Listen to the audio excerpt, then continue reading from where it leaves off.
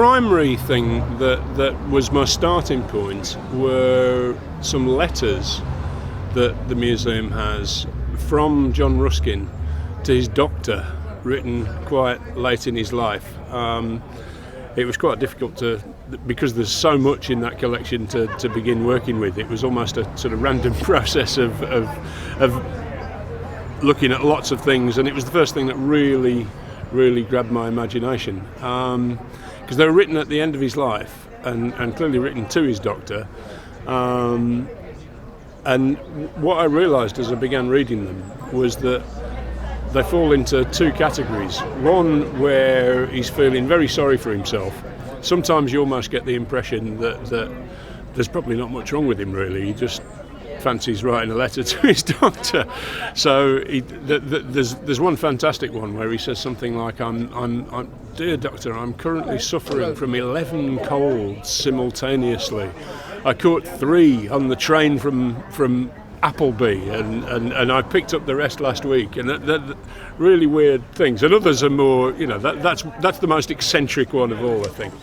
But in all of them, there's this sort of mix of, what I'm sure is genuine illness sometimes with a kind of hypochondria. So there's lots of those, but then there's another group of letters where he's expressing in the warmest possible terms his gratitude, particularly for what the doctor's been prescribing him. So I was quite intrigued about the idea that one week he's kind of really miserable, and then the next week he's really happy and thanking his doctor for the medication.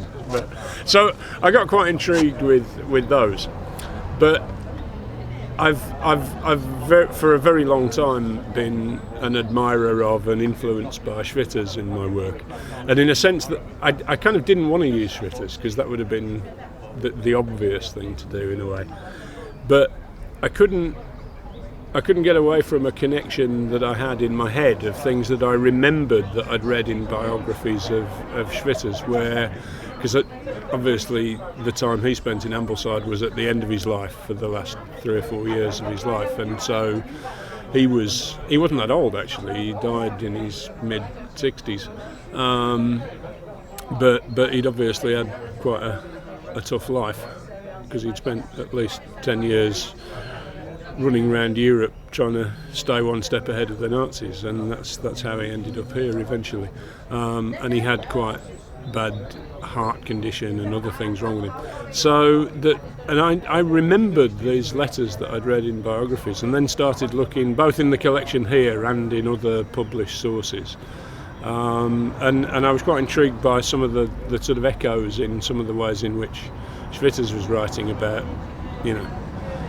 the way in which, and this is true of Ruskin as well, the way in which the illness was preventing them from really getting on with their work in a way that they wanted to do. And there's this real consciousness in both of them that they're approaching the end of their lives, and they know they haven't got long to go, they know they're ill, and the biggest problem with the illness is that it's stopping them from making work and doing things that they really want to do.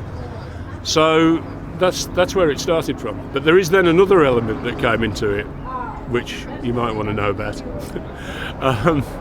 which actually is slightly cheating because it's not directly connected to the Armitt Museum, but it is very much connected to Ambleside, because just outside Ambleside, near the Brockhole Visitors Centre, on the edge of the lake, there's a very small stone quarry, and I don't think many people know about this place.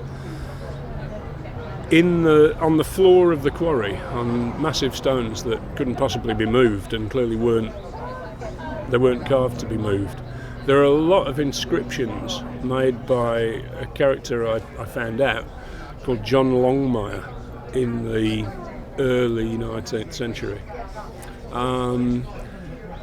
And what I've also found out subsequently is that he was a constable. He was the Ambleside constable. And he'd retired, and he started doing these things when he was quite an old man. And nobody really knows much about the history of how or why he did any of this. And so my guess is that although he was a constable, he must have at some point been apprenticed to a monumental mason or something, because they're beautifully carved, those things.